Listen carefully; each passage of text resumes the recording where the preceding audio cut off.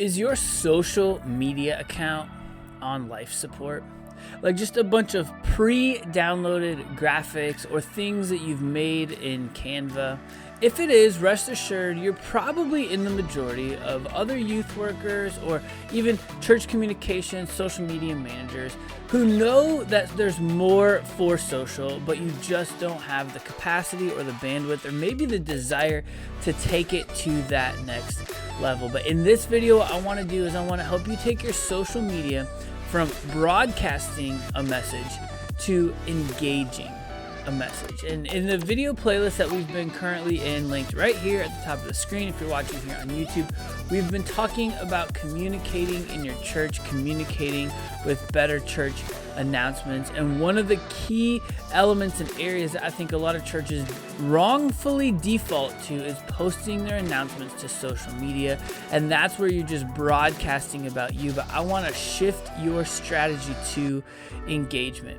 Social media's invention, social media's existence, its best existence is not for information transfer. However, it is a good spot for inspiration along with entertainment. So give me a like if you've ever had your social media account look like this that you're seeing here on screen if you're watching on YouTube, or give me a sub if these announcement-based posts have actually returned and yielded good results for you. The fact is they probably have it, and that's why in this video I want to lay out my 3-step social media strategy. And as always, here in the Hybrid Ministry Show, there are chapters linked down below. Welcome everyone to the Hybrid Ministry Show. Well, hey everyone, welcome back to the Hybrid Ministry Show. If you and I haven't had a chance to meet yet, my name is Nick Clason.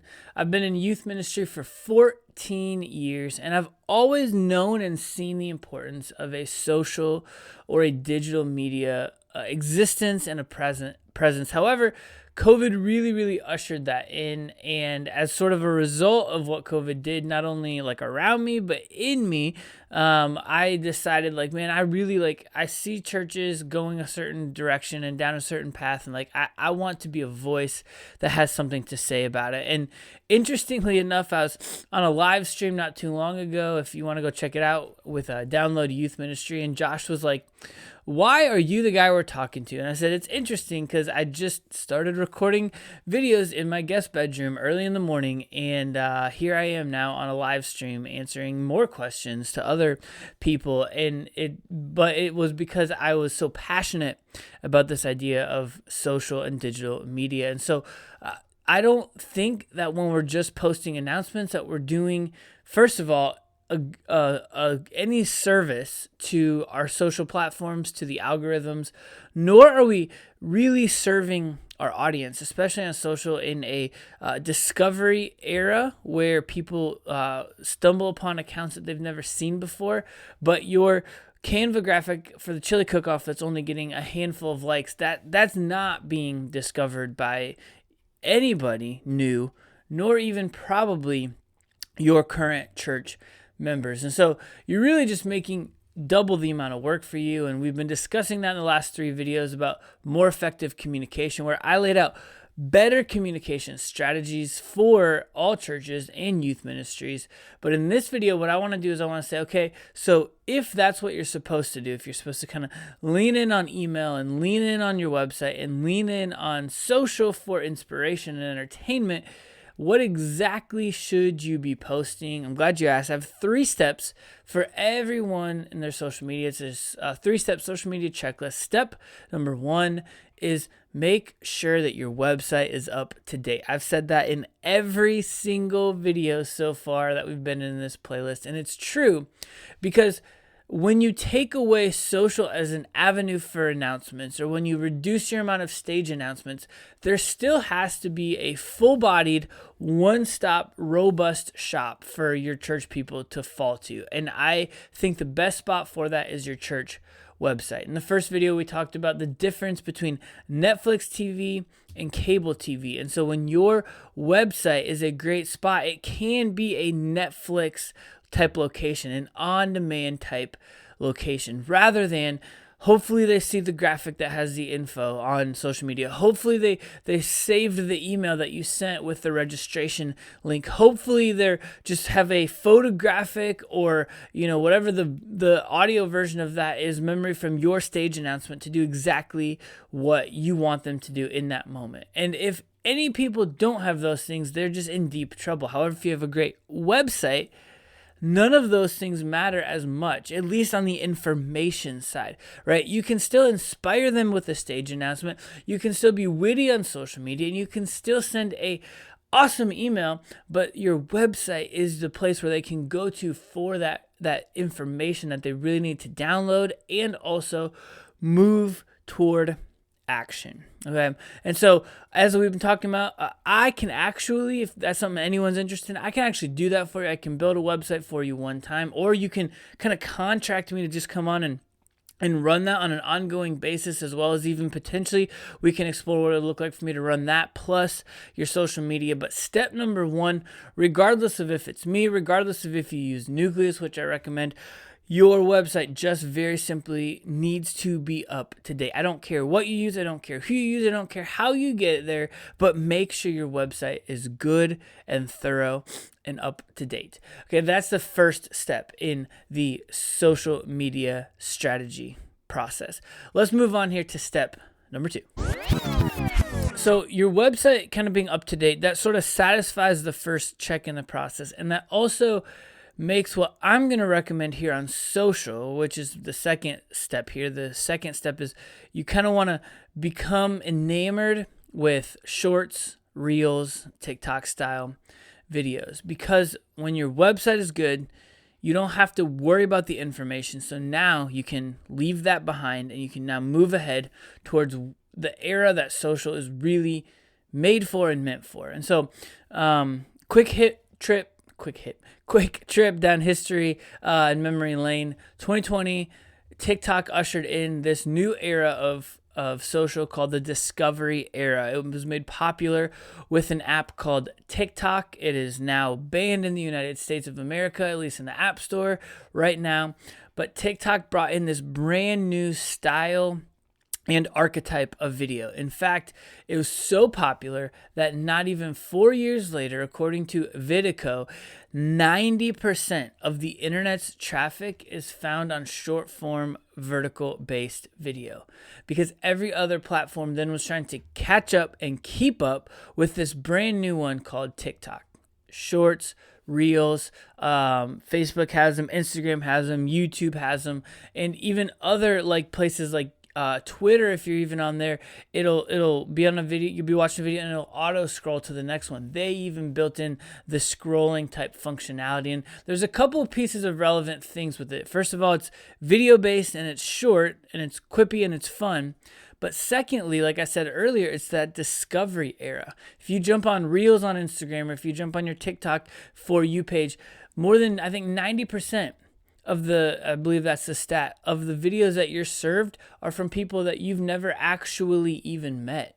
And so that's good news for you and I as churches and youth ministries. Is we can get onto other people's For You pages without buying their attention, or without having them have to follow or subscribe or know about our channel. The key is producing good content. And so step one, website. Step two, start focusing on good shorts, which is why I've created down below my hybrid strategy guide. It will not only lay out my plan and what I do in my student ministry, but it will also give you different ideas and types of content that you can use for your social media and for your shorts. But like in our student ministry, I post 10 different pieces of content every single week, and it's all different kind of like styles of content. And so if you'd like more info on that, you definitely need to hop down and grab my free strategy guide. It will lay out how we do it, what we do, and how we capture it, how we batch record it. I also talked about it in my live stream.